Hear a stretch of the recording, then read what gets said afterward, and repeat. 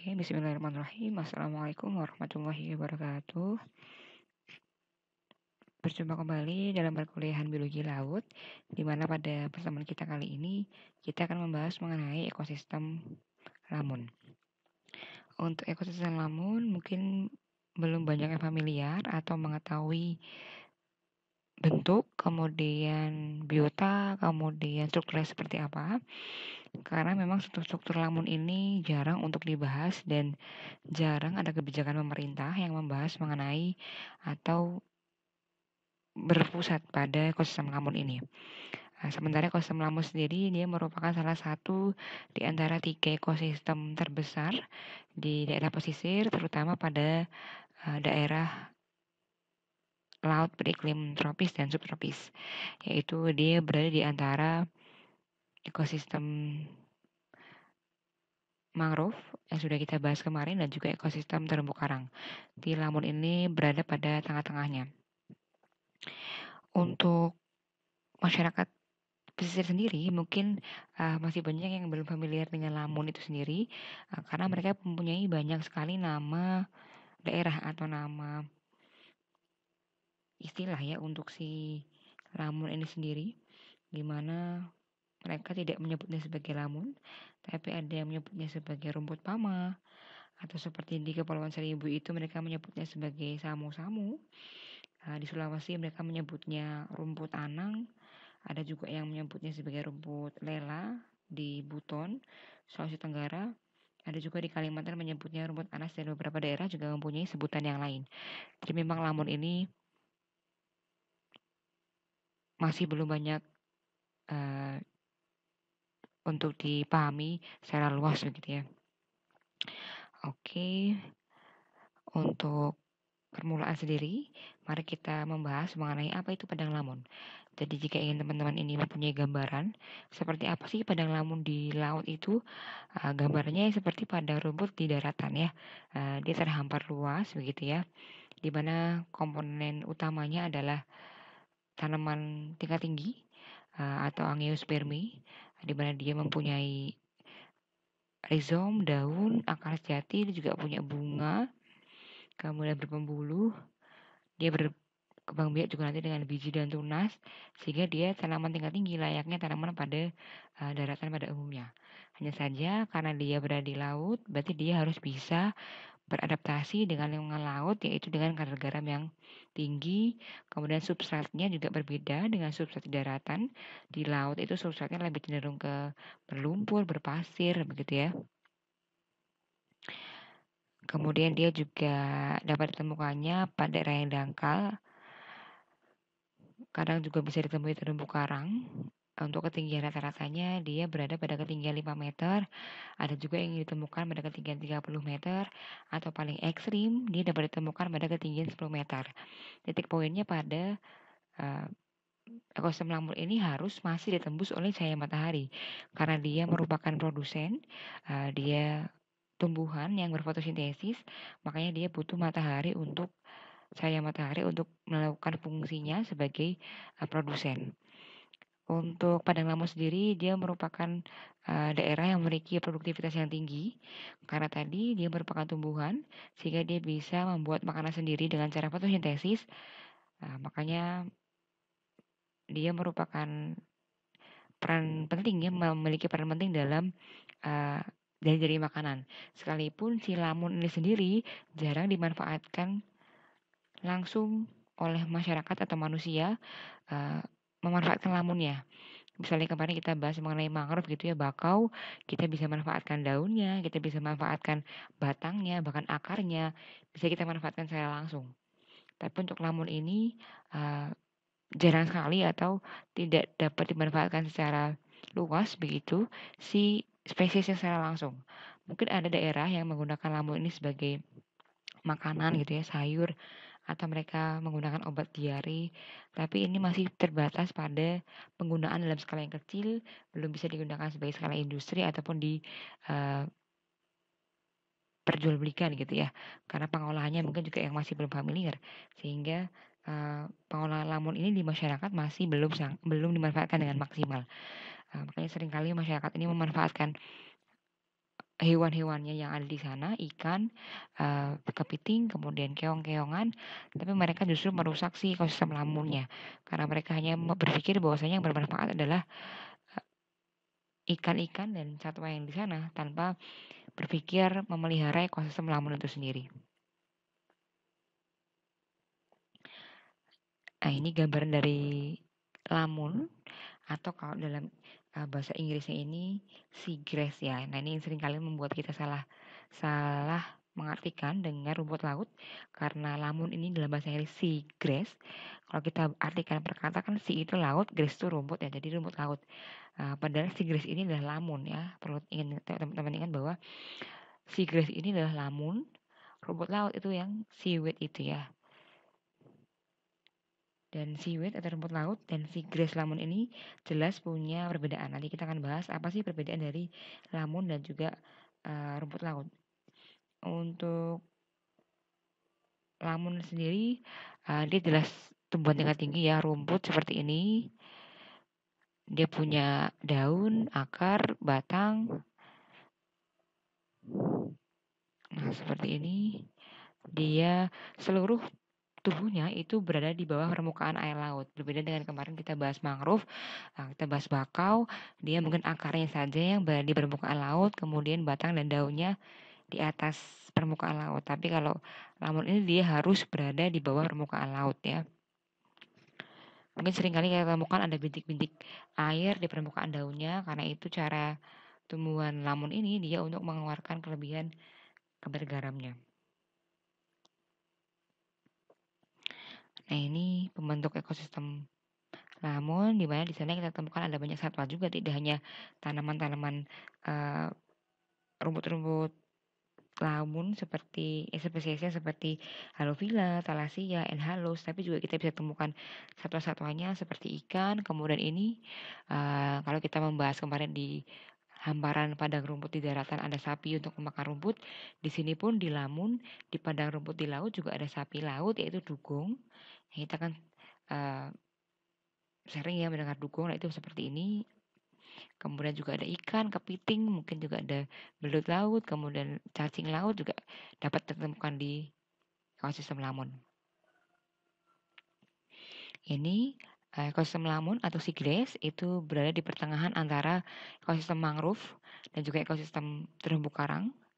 Untuk kemarin di pantai-pantai yang pulau kecil itu dia sangat-sangat berbatasan. Jadi berbatasan secara langsung antara tiga ekosistem ini.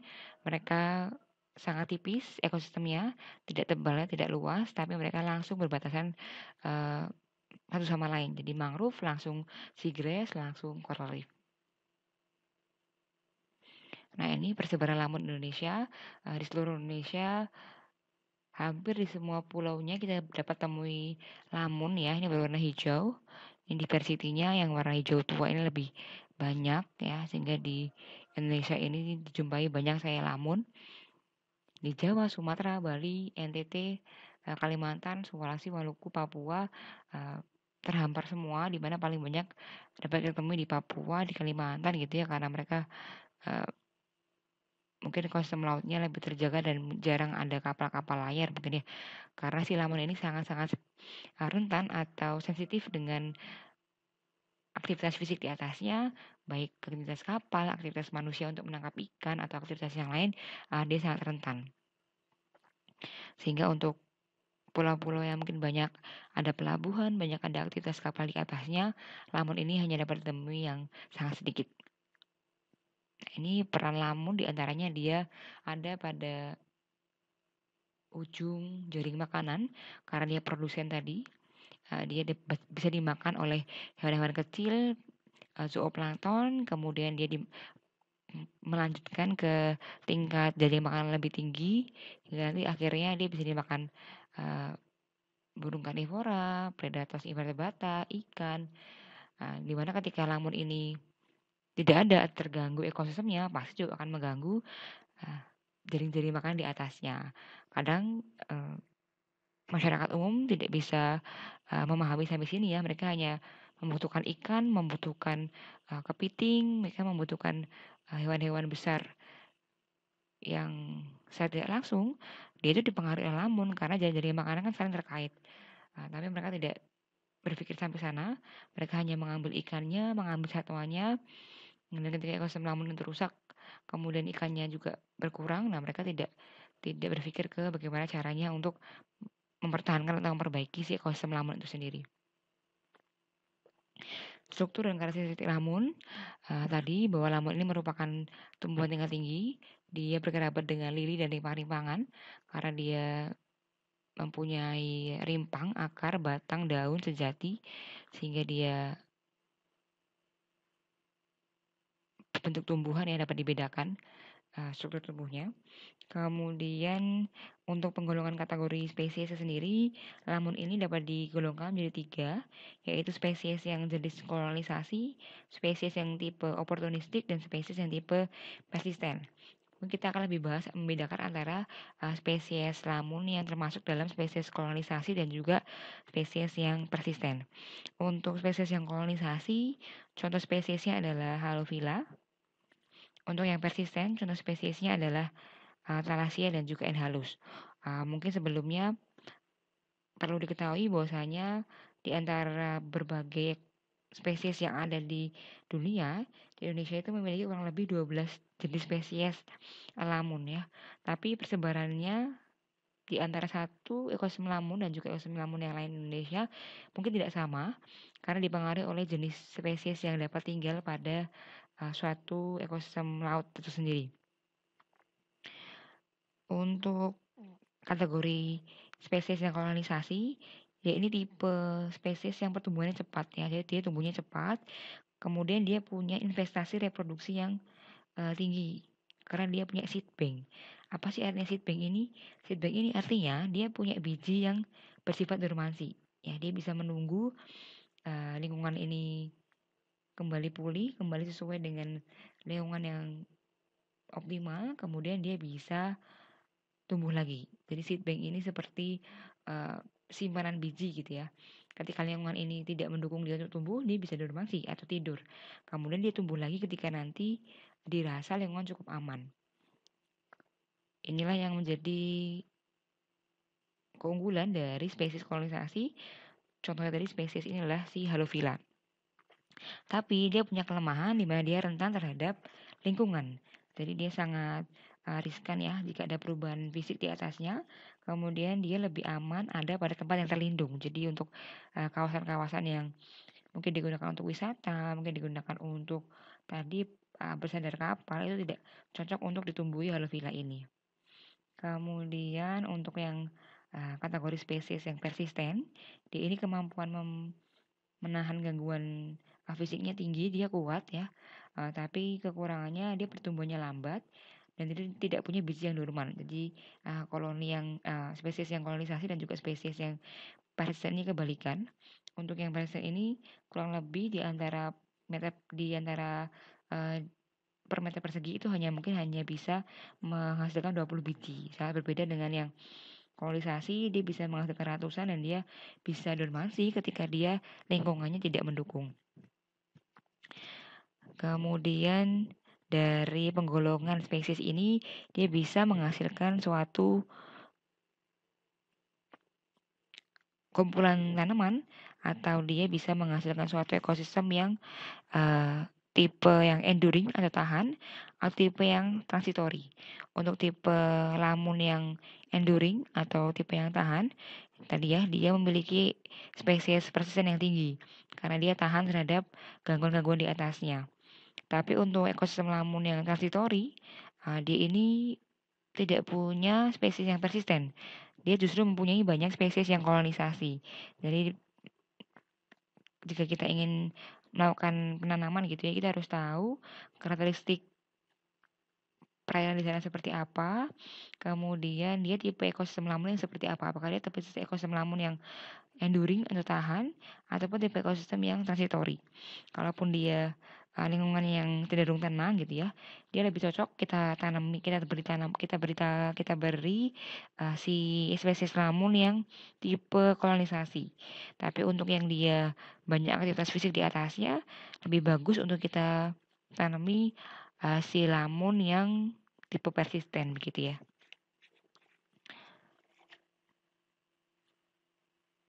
Ini struktur penting dari lamun yang memiliki rimpang, daun, akar, bunga, dan buah ini ya. Untuk genus-genus sendiri ada daun yang berbentuk bulat, itu biasanya yang Halopila, atau yang silindris ini Syringodium ini ya. Untuk lamun sendiri dia bereproduksi dengan membentuk buah yang nantinya pecah kemudian mengeluarkan biji. Ini contoh-contoh tipe tumbuhannya ya pada ekosistem lamun. Ada yang dia small bodied, dia kecil tumbuhannya, atau yang large bodied, dia yang lebar.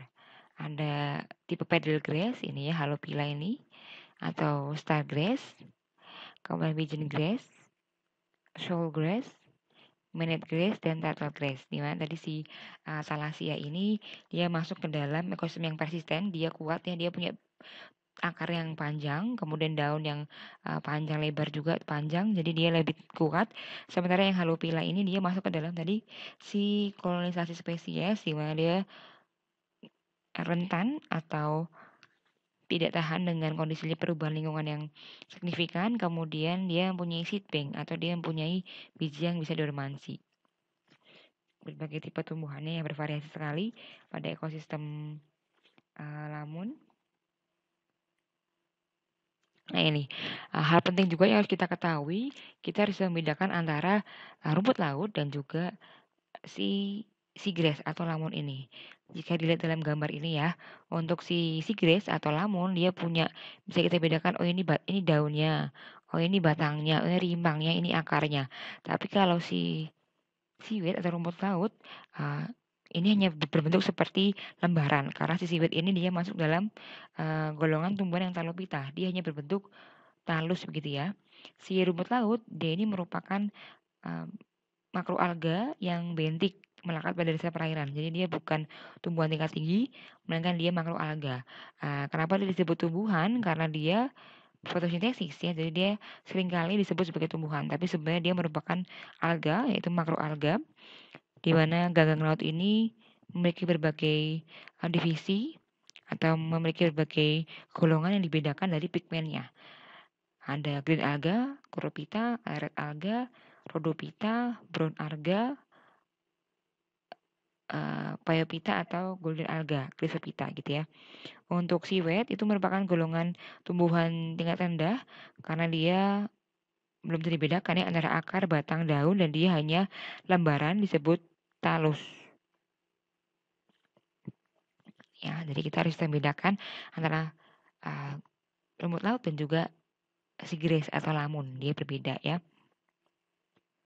Nah ini karakteristik padang lamunnya, dia berada pada perairan pantai yang landai ya, karena dia tadi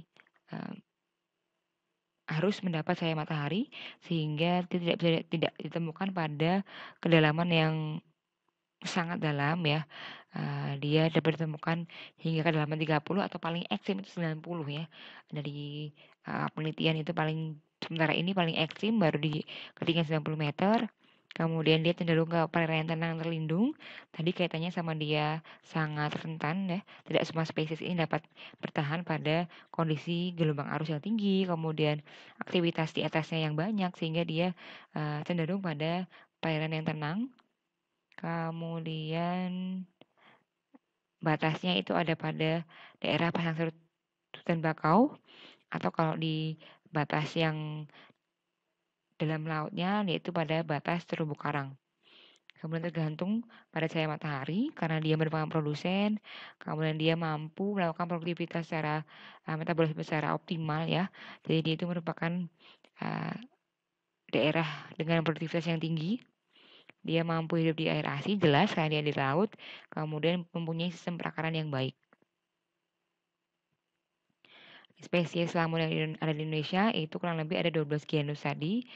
Di antaranya ada divisi Arnolipita, kelas Lileopsida, subkelas Hilobiae, ordo Hydrocarytales, kemudian familinya yaitu Zosteraceae, Posidoniaceae, Cimodoceaceae, dan Hydrocarytaceae serta Rupiaceae ini ya. Spesies yang paling banyak ketemu di Indonesia tadi si Halophila, kemudian N. halus dan juga Thalassia tadi itu paling banyak ditemukan di Indonesia.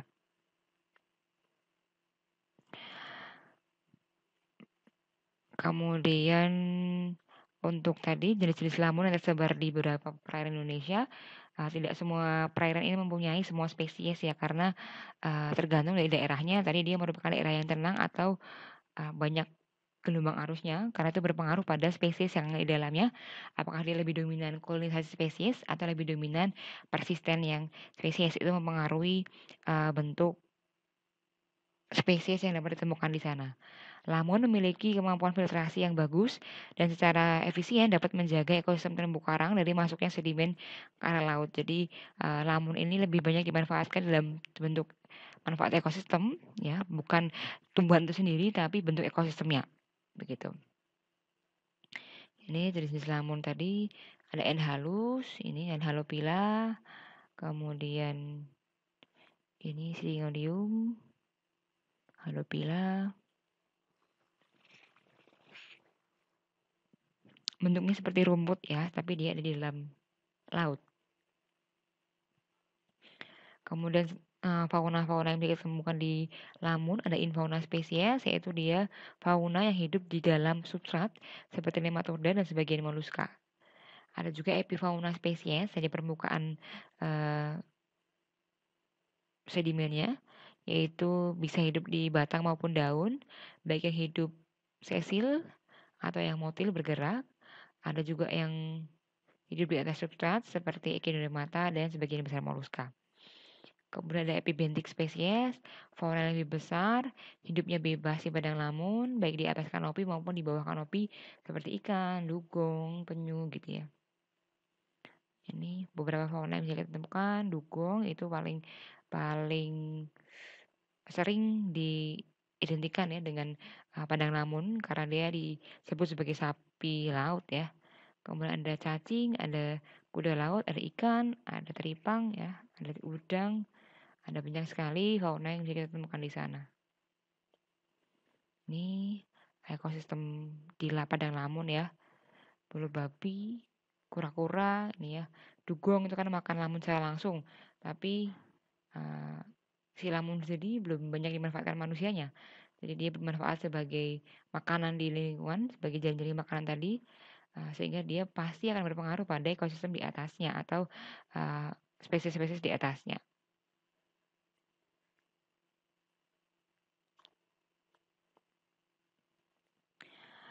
Ini untuk lamun sendiri keberadaannya juga dia terancam sama seperti kemarin mangrove ya, bahwasanya ketika manusia ini hanya memanfaatkan secara sisi ekonomi saja tanpa mereka melakukan kegiatan ke arah pengelolaan gitu ya atau konservasi, maka kondisi lamun ini akan semakin parah gitu ya. Dari tahun ke tahun, luas ekosistem lamun ini juga semakin berkurang. Terlebih lamun ini tadi dia jarang sekali untuk dibahas atau dicari kemanfaatannya secara spesifik sehingga pemerintah pun jarang sekali ada kebijakan yang mengarah kepada pengelolaan lamun gitu ya. Sehingga seringkali pengelolaan ini berpusat pada terumbu karang gitu ya. Kita bisa manfaatkan langsung ke terumbu karang. Ataupun untuk wisata juga cantik ke terumbu karang. Kemudian mangrove kemarin juga bisa dimanfaatkan untuk ekowisata, dimanfaatkan langsung tanamannya. Tapi si lamun ini memang jarang dimanfaatkan secara langsung spesiesnya sehingga memang butuh ilmuwan-ilmuwan yang menghasilkan penelitian-penelitian lebih lanjut mengenai manfaat lamun ini supaya lamun ini dapat dimanfaatkan lagi secara luas, kemudian dapat melakukan pendekatan ke atas ke pemerintah gitu ya untuk dapat melakukan upaya-upaya perlindungan terhadap lamun dan upaya pendekatan ke bawah ke masyarakat supaya mereka juga mau terlibat dalam pengelolaan lamun, tidak hanya sekedar mencari keuntungan dalam segi ekonomi mencari ikan tapi juga pengelolaan lingkungan secara keseluruhan. Seringkali dijumpai pada daerah-daerah yang memanfaatkan ikan-ikan di sekitar lamun atau keong-keong di ekosistem lamun ini ya, mereka mencabut lamunnya atau rumputnya ini kemudian mereka mengambil satwa di sana, bisa keong-keong, bisa udang gitu ya, kemudian lamunnya dibuang. Nah ini tanpa sadar mereka tuh merusak ekosistem lamun, mereka juga bisa merusak tempat tinggal keong atau ikan yang mereka cari sebenarnya. Karena mereka cabut lamunnya gitu ya, berarti mereka mengurangi tempat hidup satwanya, lama-kelamaan kalau tidak diimbangi dengan, penanaman yang baik atau pengelolaan yang baik, ya lama-lama si lamun ini akan habis gitu ya. Jika mereka hanya mengandalkan, regenerasi alami, mereka berpikir kan, "Oh rumput dicabut nanti akan tumbuh lagi," gitu ya. Ya bisa, tapi kan tidak akan optimal atau tidak akan sebanding jika lebih banyak atau lebih sering dicabut dibandingkan, reboisasinya begitu ya. Sehingga ini yang perlu diedukasi ke masyarakat. Ini beberapa spesies yang bisa kita pelajari. Ada Chimodea rotundata, dia ujung daunnya membulat, kemudian helai daunnya sempit, panjang daun bisa 7 hingga 15 cm, seludang daunnya berkembang dengan baik. Ini ya, dia ujung daunnya lebih cenderung membulat. Ada Chimodea cerulata, dia ujung daunnya punya sedikit gerigi ya. Kalau tadi sangat membulat, kalau yang ini lebih bergerigi. Seludang daunnya berbentuk segitiga. Ini seludang daun segitiga. Ada Enhalus ocorides. Dia bergerigi juga di ujung daunnya. Kemudian berbentuk pita, kayak dia panjang daunnya. Bisa mencapai 150 cm. Ada Haludule pinifolia, ujung daun membulat. Kemudian dia punya bekas luka berwarna hitam di ujung daunnya seperti ini. Ini Halodule uninervis, juga dia mempunyai bekas luka pada ujung daunnya berwarna hitam. Untuk ujung daun dia membentuk trisula ya, tidak ambulat tapi bentuk trisula. Halopila ovalis, nah ini jumlah pembuluh daunnya melintang 10 atau lebih. Permukaan daunnya tidak berambut. Ada Halopila minor, ini juga tidak berambut. Kemudian nilai daunnya kecil, bentuknya oval. Yang sebelah kanan ini yang Stringonium isoetifolium, bentuk daunnya lebih panjang-panjang ya, lebih silinder. Ada Thalassia hemerici, dia mempunyai bintik-bintik hitam kecil pada daunnya. Kemudian rimbangnya tebal, daunnya berbentuk bulan sabit. Ini Thalassodendron ciliatum, daunnya berbentuk bulan sabit dengan ujung-ujungnya bergerigi. Dapat dilihat ini ya, dia bergerigi. Nah, kemudian kita membahas faktor-faktor yang berpengaruh pada ekosistem lamun. Yang pertama jenis kecerahan, karena kecerahan ini berarti menyangkut cahaya matahari. Untuk cahaya matahari sangat dibutuhkan lamun, kaitannya dengan tadi fotosintesis, dia membutuhkan cahaya yang sangat banyak untuk dapat tetap mempertahankan produktivitas tumbuhannya. Kemudian temperatur, ini juga dia punya temperatur optimal di antara 28 hingga 30 derajat Celcius. Temperatur ini kaitan pentingnya dengan peran enzim yang berperan dalam metabolisme tubuhnya. Ketika suhu terlalu tinggi atau suhu terlalu rendah, ini akan mengacaukan fungsi enzim sehingga membuat metabolisme ini tidak berjalan dengan lancar pastinya ya. Kemudian salinitas, kadar garam. Untuk kadar garam yang dapat ditolerir oleh lamun ini sekitar 10 hingga 40%, di mana optimumnya 35%. Penurunan salinitas ini dapat menurunkan kemampuan lamun untuk melakukan fotosintesis. Kemudian substrat ini juga berpengaruh pada lamun. Untuk substrat lamun sendiri dia lebih cenderung ke yang berlumpur ya, sampai dia tumbuh di karang juga bisa. Kemudian kecepatan arus itu juga berpengaruh karena arus ini kan kaitannya dengan ketahanan spesiesnya ya. Semakin banyak terkena hempasan gelombang, dia bisa mempengaruhi ketahanan lamun ini untuk tetap hidup. Oke, manfaat lamun. Untuk manfaat lamun, manfaat yang paling penting dia merupakan produksi primer ya. Ini manfaat lamun dalam lingkungan. Dia menjadi ujung dari jari-jari makanan tadi. Dia dimakan beberapa hewan tingkat rendah dulu, baru nantinya dia akan naik ke jari-jari makanan di atasnya. Kemudian dia bisa tempat tinggal biota. Dia bisa menjadi fishing ground ya. tempat area penangkapan ikan, kemudian juga bisa menjadi nursery ground, tempat tempat asuhan bagi beberapa biota laut ya. Tadi di antaranya ada ikan, ada mungkin ada keong, siput gitu ya. Dia bisa tinggal di lamun ini. Kemudian dia bisa menangkap sedimen ya, sehingga dia memperlambat air yang disebabkan oleh arus dan ombak, sehingga perairan di sekitarnya menjadi tenang.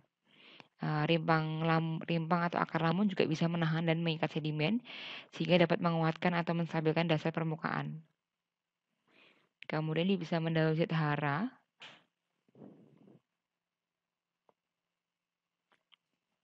Ini secara umum kok bisa kita bedakan, dia bisa menjadi fungsi ekologis dan juga fungsi ekonomis. Untuk fungsi ekologis tadi dia produsen primer karena dia rumput ya, maka dia bisa menghasilkan makanan sebenarnya untuk satwa yang lain.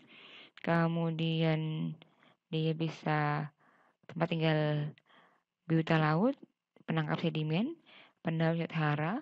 Kemudian dia di lingkungan juga si lamun ini dia bisa menjadi pelindung pantai dengan cara meredam arus tadi.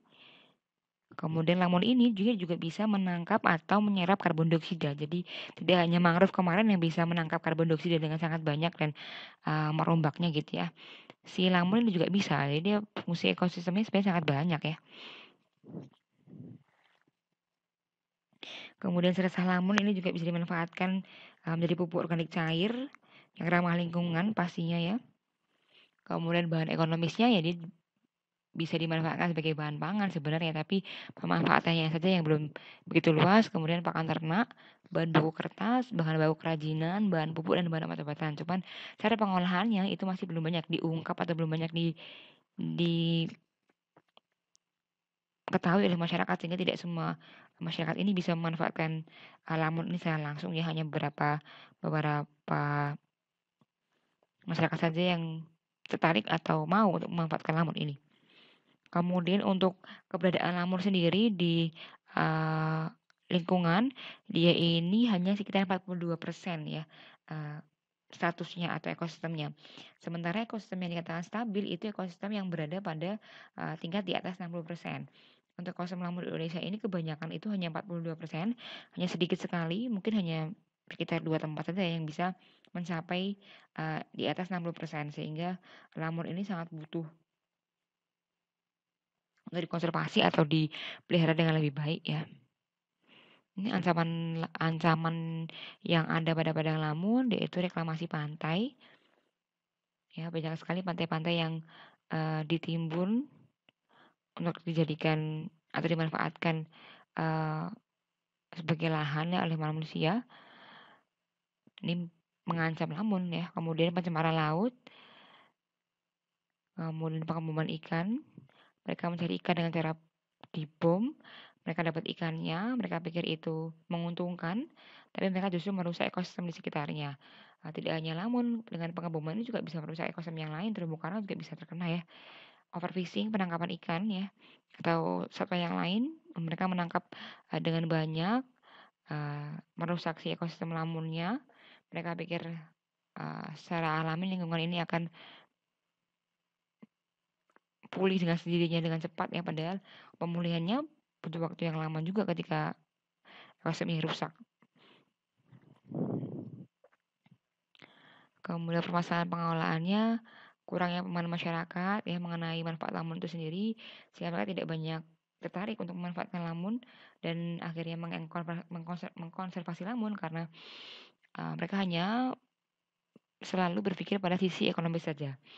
Kemudian kondisi kemiskinan sehingga mereka ketika tidak mendapatkan manfaat dari suatu aspek yang mereka akan meninggalkan itu ya. Mereka hanya butuh ikannya yang mereka fokus pada mencari ikan.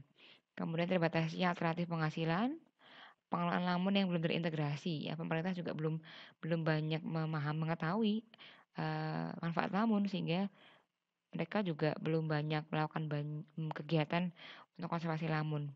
Kelemahan hukum dan penegakan juga terkait juga dengan ya karena belum banyak informasi mengenai manfaat ekologi lamun ini, sehingga perlu banyak penelitian-penelitian dan juga pendekatan ke pemerintah baik dari segi fungsi, dari segi ekosistemnya supaya dapat menghasilkan kebijakan lebih baik. Kemudian bagaimana cara kita mengkonservasi lamun ya untuk ekosistem sendiri. Jika kita berbicara konservasinya, kita harus berbicara mengenai perlindungan dan juga pemanfaatannya. Jadi tidak bisa kita pisahkan kalau kita membicarakan konservasi, kita harus membicarakan antara perlindungannya dan juga pemanfaatannya. Untuk perlindungannya, yang pertama harus kita lakukan untuk kita bisa membantu resiliensi atau ketahanan lamun, kita harus minimalisasikan ancaman lamun itu sendiri.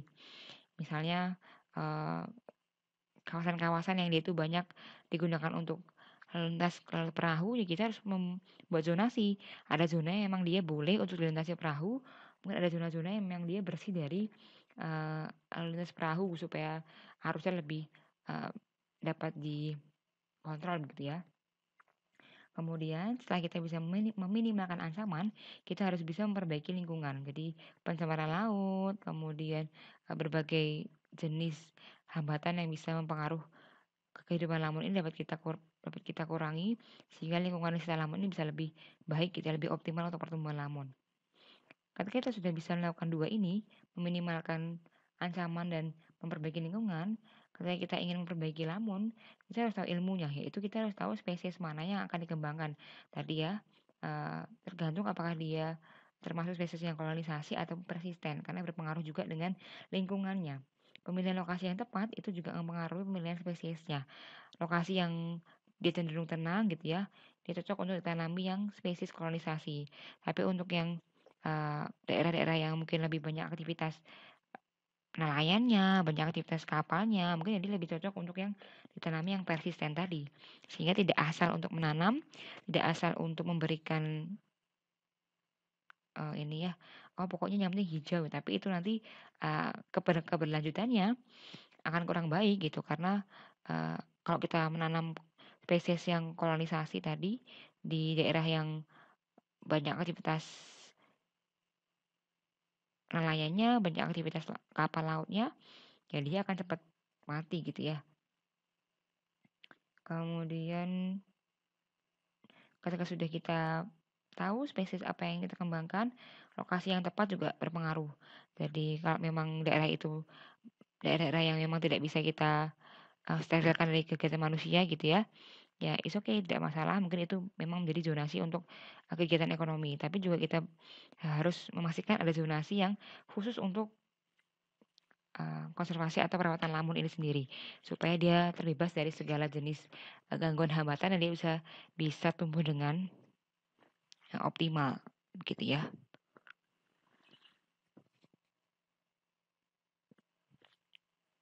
Ketika sudah bisa kita temukan gitu formula yang tepat untuk konservasi lamun. Nah, ini yang paling penting kita harus bisa melakukan penyuluhan dan pendidikan ke masyarakat.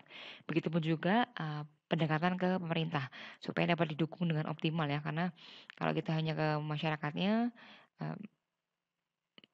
mungkin akan terhalang pada segi pendanaan ya. Jika kita hanya ke pemerintah saja, secara pemerintah ini terbatas dalam SDM-nya, kemudian dalam segi cara perawatannya juga yang bersinggungan langsung dengan ekosistem lamun ini juga masyarakat, sehingga tidak bisa kita hanya pendekatan ke salah satu saja, ke pemerintah saja atau masyarakat saja tidak bisa, sehingga kita bisa melakukan pendekatan ke atas dan juga pendekatan ke bawah supaya proses pemeliharaan lamun ini bisa berjalan dengan baik gitu ya. Kemudian peningkatan pendapatan dengan mereka bisa meningkat pendapatannya sehingga mereka lebih antusias gitu ya kalau ada penyuluhan atau dibentuk kelompok nelayan untuk pengelolaan lamun, mereka akan lebih antusias dan akan lebih mau untuk diajak berpartisipasi gitu ya. Kemudian ini pendekatan kultural berbasis masyarakat ini penting juga, pembuatan peraturan yang dipahami semua, yang tidak hanya kita semata-mata konservasi tadi, tapi kita harus juga membuat masyarakat ini mendapatkan manfaat secara langsung sehingga mereka mau untuk diajak kerjasama. Kemudian mendorong masyarakat untuk arif dan bijaksana. Kemudian transplantasi lamun. Nah, ini berbagai cara untuk kita bisa membuat ekosistem lamun ini tetap lestari. Begitu untuk ekosistem lamun kurang lebihnya seperti itu ya. Jadi poin pentingnya tadi kita bisa membedakan antara lamun dan juga alga. Kalau antara lamun dan juga mangrove kan jelas berbeda ya. Lamun itu tumbuhan rumput yang dia keseluruhan tubuhnya itu berada di bawah permukaan laut, kemudian sementara mangrove ini dia tinggi ya, tanamannya batangnya ada di atas permukaan laut sehingga kita bisa mudah membedakan antara lamun dan juga mangrove. Tapi untuk lamun dan juga rumput laut atau seaweed tadi perlu kita bedakan perbedaannya. Kemudian biota yang ada di dalamnya itu seperti apa saja. Dengan dicirikan khusus adalah sapi laut atau dugong. Kemudian peranannya si lamun sendiri dia tidak bisa kita manfaatkan, belum banyak kita manfaatkan secara langsung, tapi kita bisa manfaatkan dari segi ekosistemnya, baik cara perannya fisiknya ataupun peran dalam dan jadi makanan, kemudian perannya dia dalam sebagai nursery ground, fishing ground tadi, kemudian ancaman lamun dan juga bagaimana cara konservasi lamun. Itu poin-poin penting yang kita pelajari hari ini mengenai ekosistem lamun.